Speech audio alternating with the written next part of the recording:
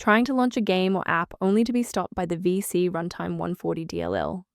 I'm Sophie Chen, a senior Windows support engineer, and I've analyzed this error to find the fastest fix. This DLL file is a core Microsoft C++ runtime component for version 2015-2022.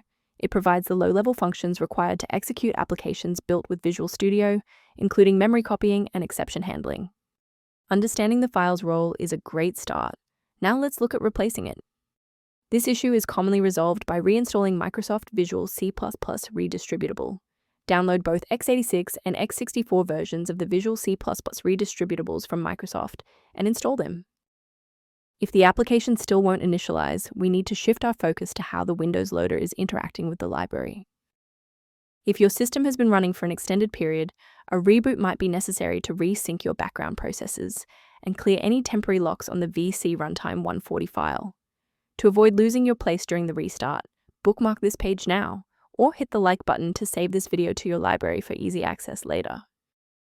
For a clean and stable recovery, it's important to stay within verified developer ecosystems. Always prioritize system safety by avoiding manual swaps of the Vcruntime140.dll. Downloading individual DLLs from third-party sites is a common way for hackers to inject spyware and ransomware directly into your operating system. A verified diagnostic utility can help manage the ongoing restoration and health of your system's library ecosystem. Your shortcut to an error-free workstation is right here. Follow the link below for the official utility and manage the Vcruntime140 today. If Microsoft Visual C Redistributable is back online, please consider subscribing. It's the best way to support our mission of providing safe, verified technical solutions.